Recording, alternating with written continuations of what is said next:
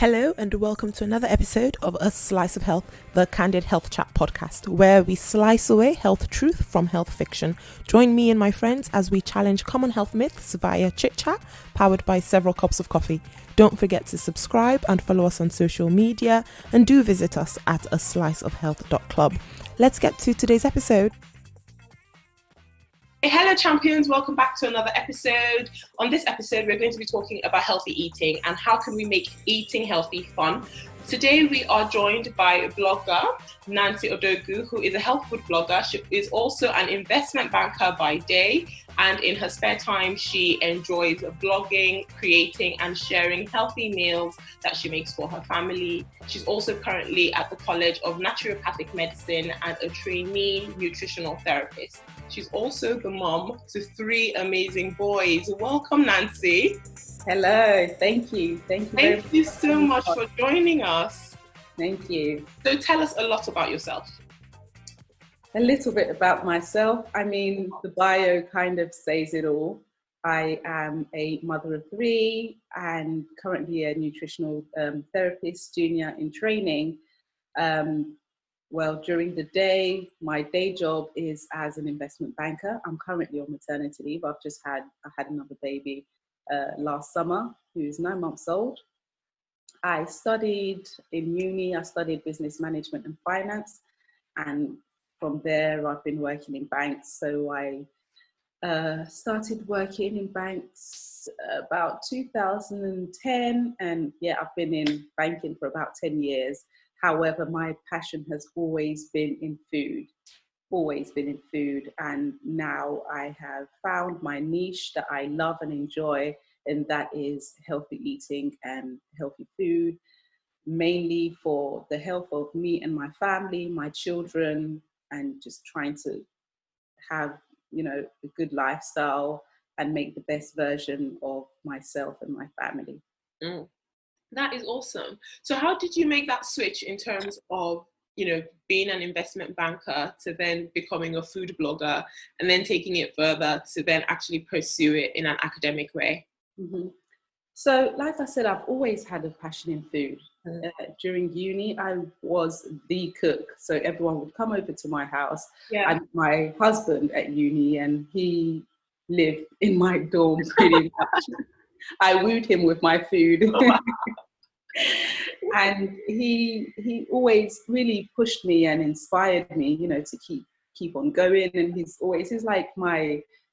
my biggest fan. Like, he actually believes that no one can cook better than me, and I just think that's absolutely insane. That's so sweet. It's good, and it has its downfalls as well. I mean, we can go out for a meal, and the meal can be spectacular. We'll be on our way home, and then I just wait for the comment to come, and we'll say, "Oh yeah, today was really nice. That food was good, but I'm sure you could have done a better job." Every single time, I just wait for, that line to come. But he's absolutely amazing. He's really encouraged me in terms of my passion, and he's seen it before I could see it, that, Nancy, you're so good at this and you enjoy it. You need to take it further. Yeah. And so I set up an Instagram page many years ago, and I would just post from time to time the food that I make. Whenever I make something exciting, if I've made a nice romantic dinner for us, I would post the pictures. And when I became pregnant with my first child, I was more conscious about the food I eat. And it was me trying to make sure I nourish my baby who's grown in my womb, to the best that I could. So, my husband and I started doing more research on what the baby needs, the vitamins and minerals you take while you're pregnant, and the best foods to eat so that you can nourish this child better. And also, I had quite a lot of food adversities. All the food I would usually eat, I couldn't take it when I was pregnant. And funny enough, I could only tolerate healthy foods. So things like anything fried would make me gag straight away. And at the time, all I could eat was fruit and vegetables. Like, literally, I don't know if it feels because it was the water content because I was very thirsty all the time as well. But anything like rice related, anything heavy, I would just throw up as soon as I finished eating it. And yeah, so from there, it just became a lifestyle for me, to eat good. And I started enjoying it and enjoying ways to make it fun. So some of my really fun dishes that I would make, I used to make a lot of fried chicken. I don't know why I used to have fried chicken so often. Honestly, it was like every Friday I would have fried chicken and the mac and cheese.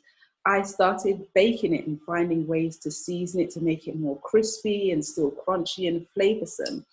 So that's where the journey began, and it's just been evolving year on year and year on year, and that's how it's got me here. That is an awesome journey, and it's so interesting that you had that kind of aversion to certain kinds of foods when you were pregnant. And a lot of people find that when they make changes when they're pregnant, then it then becomes easy because it's a 9-month period. So if you've been able to live a certain way for 9 months, then you're probably likely to be able to continue that, especially when it's a significant change. Well, on a side note, before we jump into diets and eating, how do you manage it all with 3 boys, a husband, your day job, then the blogging, and also being in uni? How do you manage to balance it all? Oh, I don't know. It's tough. I'm not going to lie. It's tough. Yeah. It is a lot of work with my husband. The easy part is the food. Okay. That is really the easy part because we have to eat. Yeah. And being a food blogger, there's some food bloggers who would do loads of experiments on just dishes they think of off the top of their heads and then do a special shoot. Yeah. I do that on the spot. I cook with what I have. I don't necessarily plan all the time unless I want something that week and say, oh, this week I really fancy some lemon pepper fish or whatever. Yeah. Then I will have that. But in terms of Monday, we're going to eat this, Tuesday, no. I don't. I'm a foodie, so someday I can be like, oh, I really fancy this today. I kind of like to keep it open, and it makes you have more of a varied diet as well. Try to include different things, especially for the children, because I feel like they need to be exposed to different foods so that they can get used to it and understand it and start to actually love it as well. So for me, one thing I would say is I ask for help. Yeah. I have an amazing family support system. I have my parents, I have my brothers, my in-laws, my mother-in-law, father-in-law are there, my sister-in-law, she's absolutely amazing as well. So at times when I need help, I'm not afraid to ask for help. I'm not a superwoman that I can do it all, because I simply cannot.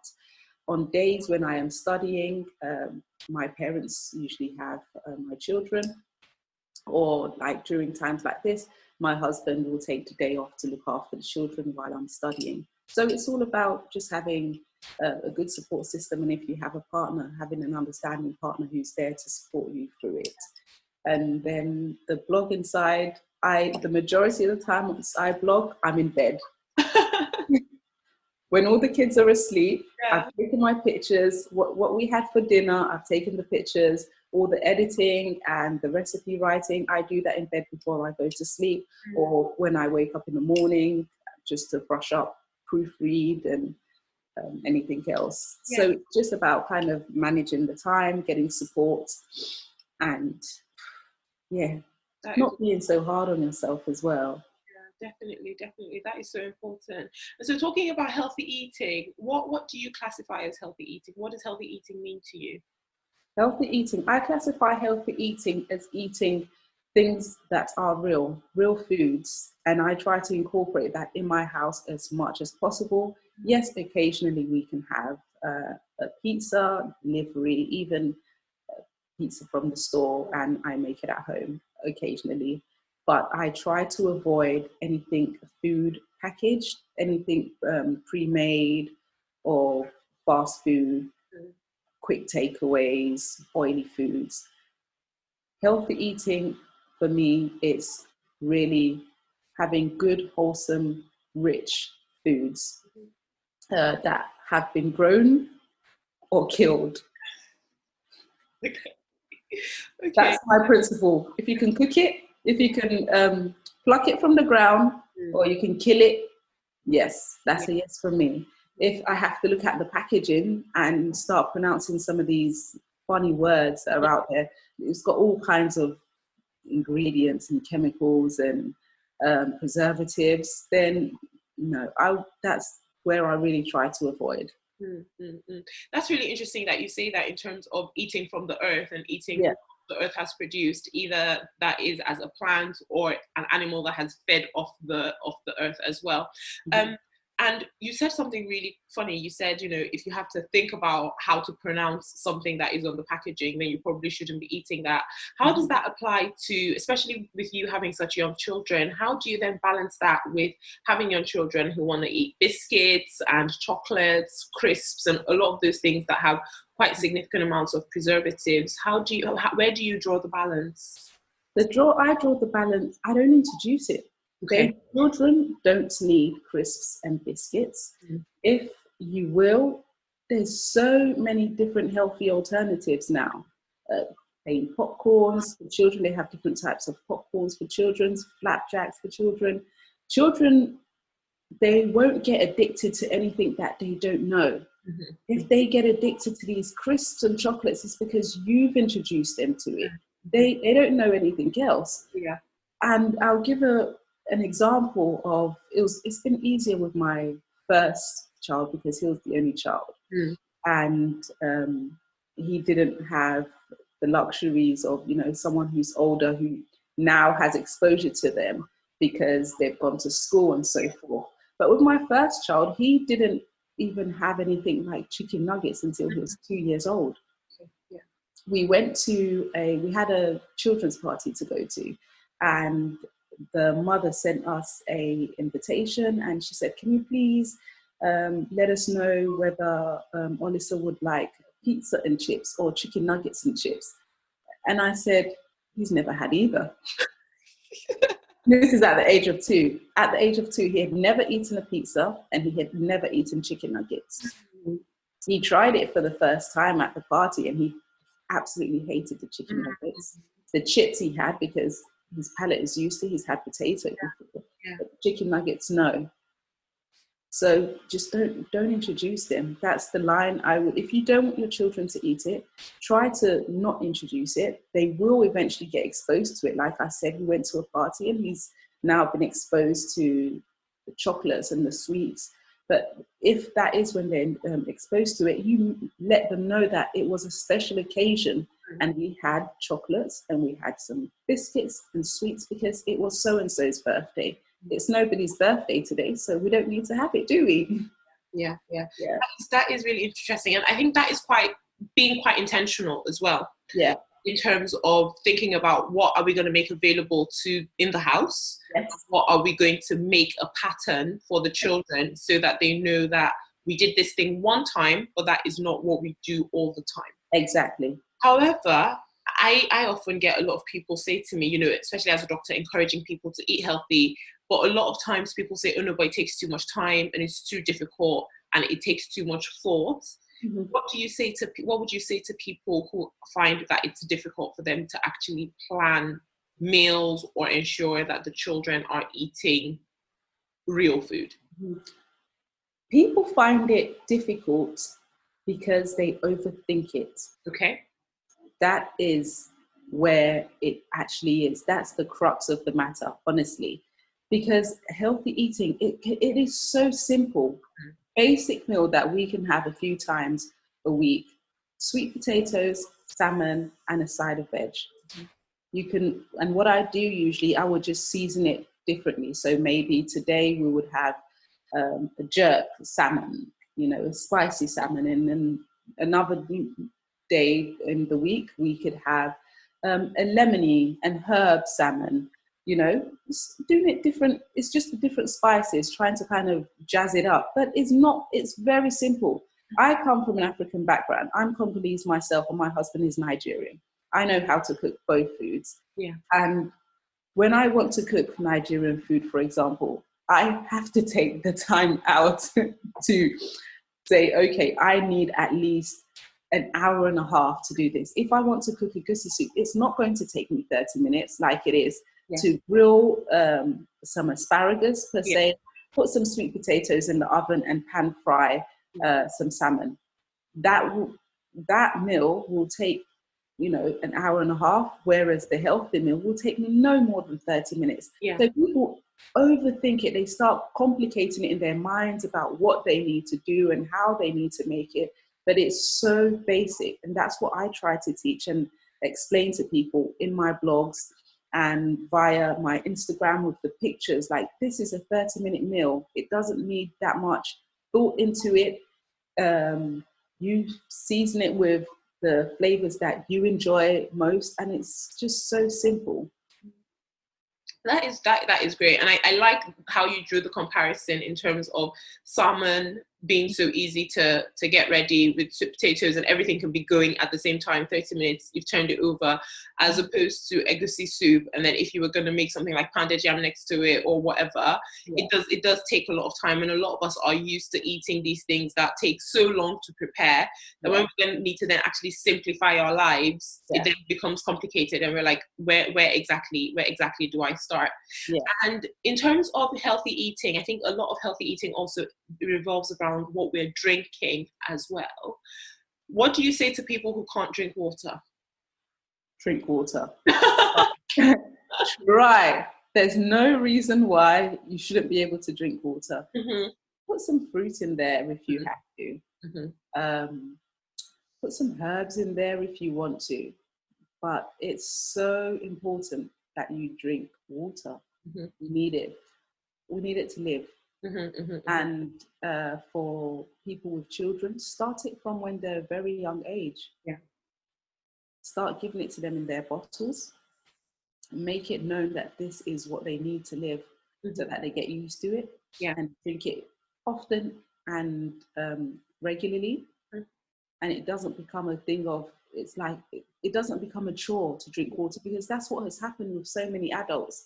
They haven't been drinking water all their life. They're used to juice or milk, and now they're learning the importance of drinking water, and it's become a chore. There's this mental block that they have that, oh gosh, I have to drink water. Drinking water should be something that you do and not even think about it. And you said something as well, and I think that is definitely about the palate that you then develop through childhood, through teenage years as well.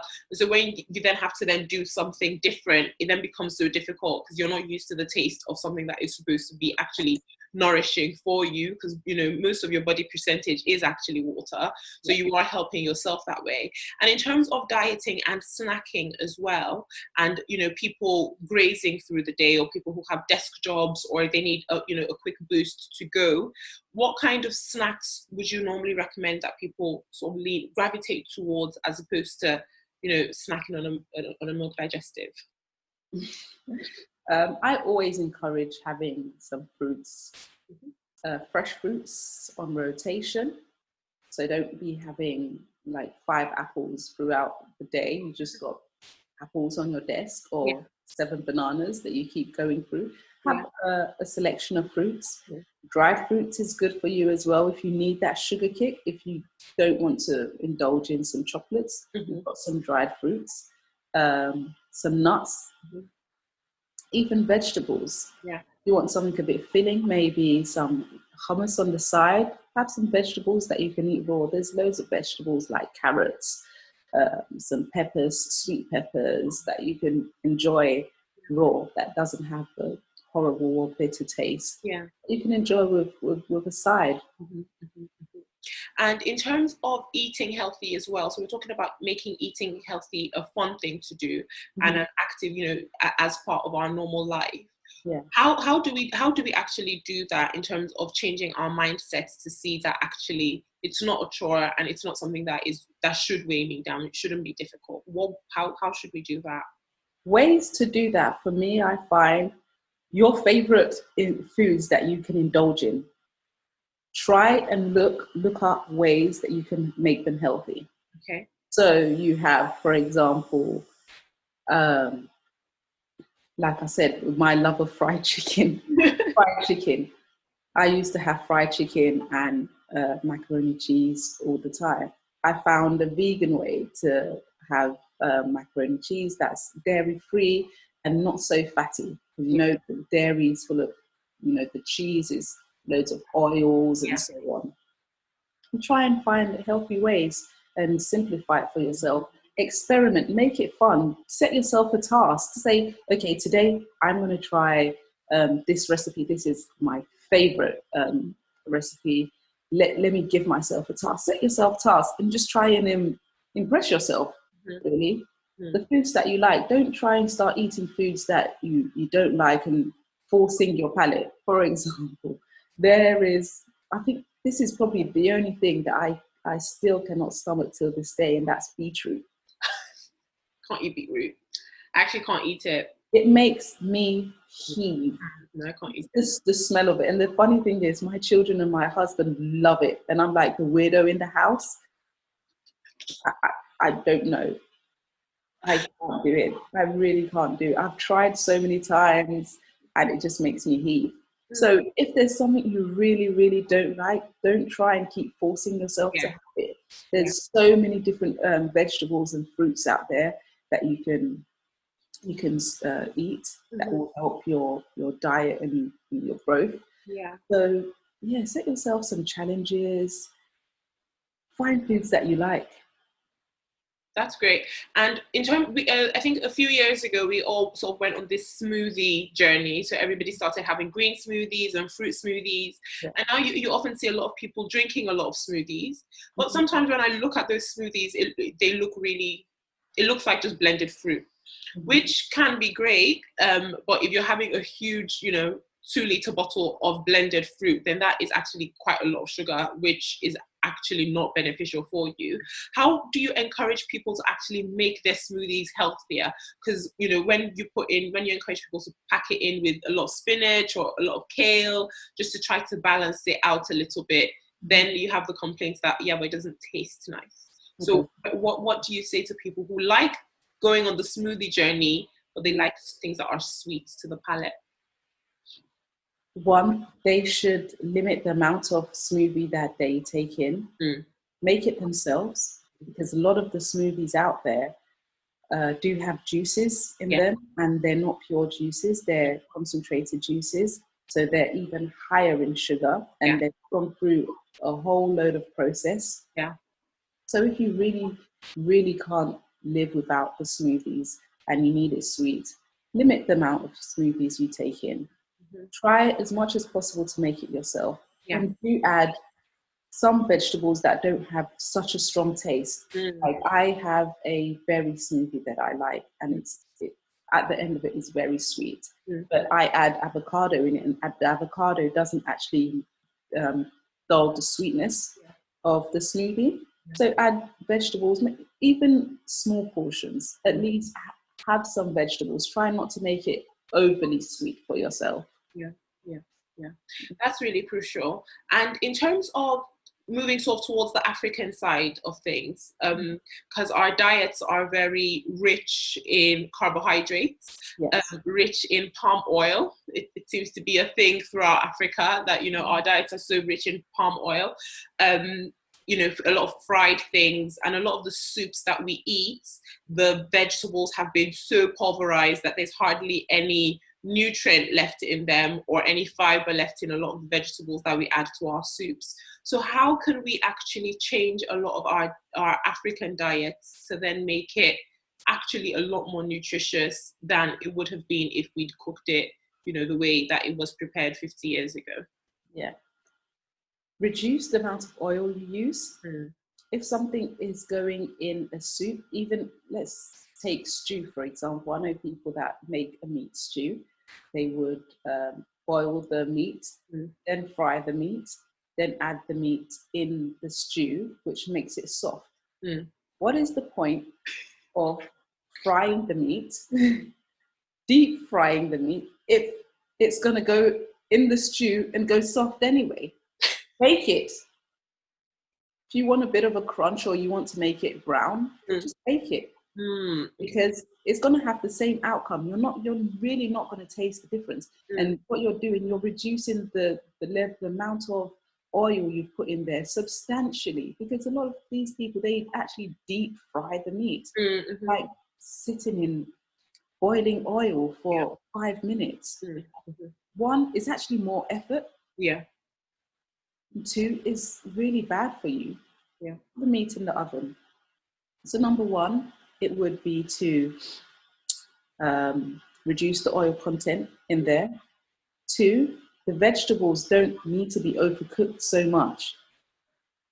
Steam them and put them in. Put the vegetables in last. For example, egusi soup. You'll cook your egusi. Egusi is so, so good for you, rich in nutrients. It's like one of the best things to eat. Yeah. But we abuse it with putting all the oils and the seasonings, the excess seasonings and so on. And then we'll add the spinach. But then sometimes people will cook the spinach in there for another 45 minutes. It doesn't need 45 minutes cooking. Once the egusi is ready, add the spinach on top. Once it's wilted, it's done. It doesn't need to be overcooked. So overcooking our green veg, we need to stop that. And the last thing that it really, really hurts me till this day is the amount of seasonings that we use. The stock. Yeah. So you've got the Maggi cube, you've got the jumbo, you've got the Knorr. And on top of that, I see people making these recipes, like recipe videos. They would add seasoning cube, Maggi cube, all purpose, and then add salt. Why are you adding salt? Everything that you have added has salt in there, and it has sugar as well. So many preservatives, we're killing ourselves because we're not reading the labels on the back of these preservatives. Maggi cube has some of the ingredients that is used to make Coca-Cola. You know? And I can see you, like, your face is like, oh my God. But we're taking this every day, and then you'll have the typical African auntie, oh, but I don't drink Coke. But you take in the ingredients every single day. That caramel coloring of Maggi cube, it looks very much like Coke, doesn't it? Yeah, because it's got caramel in it. Yeah. So I think, definitely. I think also we're not aware. We're not aware. We don't read. I read the ingredients of some of the seasonings my mum had, and she was like, what is that? And I said, it's what you've been eating every day.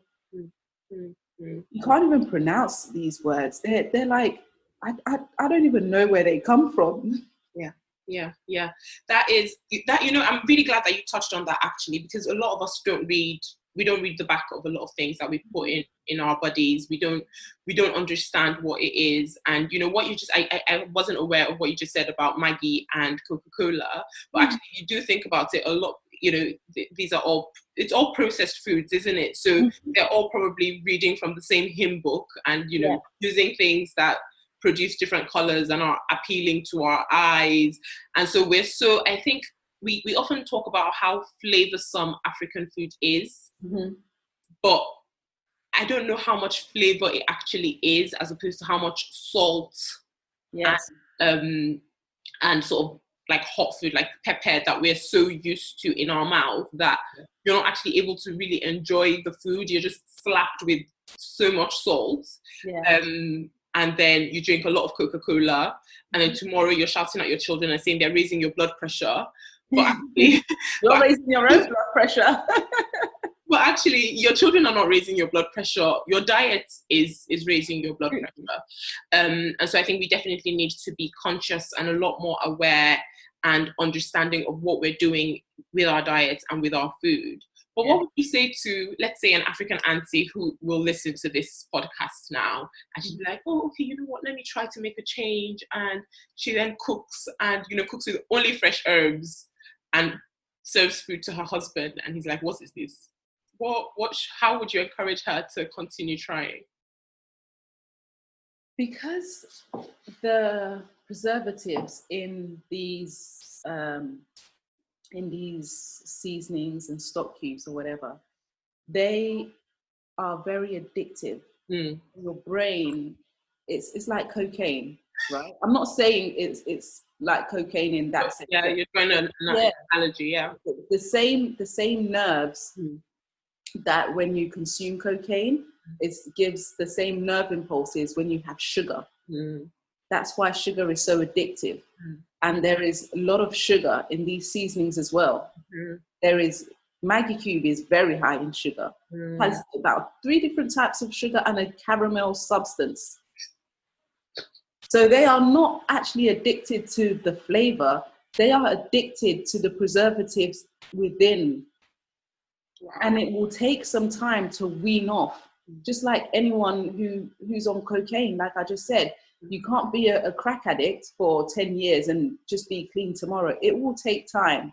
So you have to keep going at it. And then over time, you will realize like, wow, I can actually taste the difference and taste how good this food is with normal herbs and spices and real salt, rich salts. You will eventually, once you start weaning yourself of these flavors and substances, preservatives, you will start to taste the real flavors and you would never want to go back. So I will say to that auntie, keep on going, because it's not an overday thing. It's not going to happen overnight. Yeah, that's awesome. And how do we get children involved in eating healthy and making it fun for children and getting them involved? So I think once children are involved in the process of making their meals and understanding what it is, it changes their outlook on what they're eating, as opposed to always complaining that Timothy next door gets a KFC every evening. But if they're involved in what's happening, they tend to have a different outlook to it. So what would you encourage people to do? So children don't like things they don't understand. Once they understand it, you have to explain to them. You have to say, look, we're going to have this, and this is why you need to eat your vegetables, because it will make you big and strong. You keep drumming these things into them. It's like, I feel like sometimes we're like indoctrinating our children to not like junk food. And I do feel guilty sometimes, because they would go out, and even at school, my son will come home and be like, oh, mommy, do you know so-and-so doesn't even eat his vegetables? That's so bad. And do you know what's going to happen to him when he's older? He's not even going to be strong, you know? And I'm like, oh my God, what have I done to my child? He's looking down on other children. But if you try and explain to them, you educate them from a young age at the very basic level. Like I said, you continue eating your vegetables. We need vegetables so that we can be strong, so that we can be healthy, and it will make us the best. You keep drumming these things into them.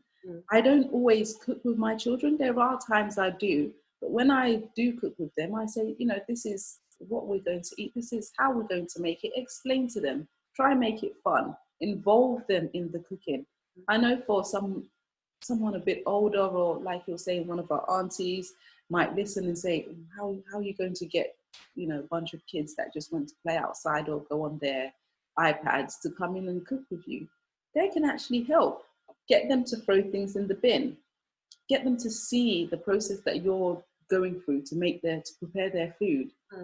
Don't make it like this is just mummy's section and then give it to them. Make them quite familiar with it. Have picture boards up, different types of fruits and veg. Give them fruits and veg to snack on. Give it to them as snacks. Tell them why they're having it as snacks, opposed to having biscuits and so on. But they are sponges, and they're going to soak up whatever you give them. Yeah, that is awesome. Thank you so much, Nancy. That has been great. So if you were to give our listeners a championship point, what would you tell them about healthy eating? Eat real foods. Eat plants, a lot of it. Give yourself adequate breaks between each meal, and consume water, at least 2 liters a day, and keep it simple. Don't overthink it. Yeah, that is awesome. Don't overthink it and eat from the earth. I love it. Thank you so much for coming on, Nancy. Thank you so much for having me, Mo. Thank you for joining us on today's episode. Do share this podcast with 2 people who have not heard about us before. Remember that this podcast in no way replaces advice from your own doctor or physician. Do subscribe and follow us on social media. Leave us a review on iTunes so that others can access the amazing content. And do join the club at asliceofhealth.club and drop us some suggestions or questions that you might have. Don't forget to be a health champion wherever you go by separating health fact from health fiction.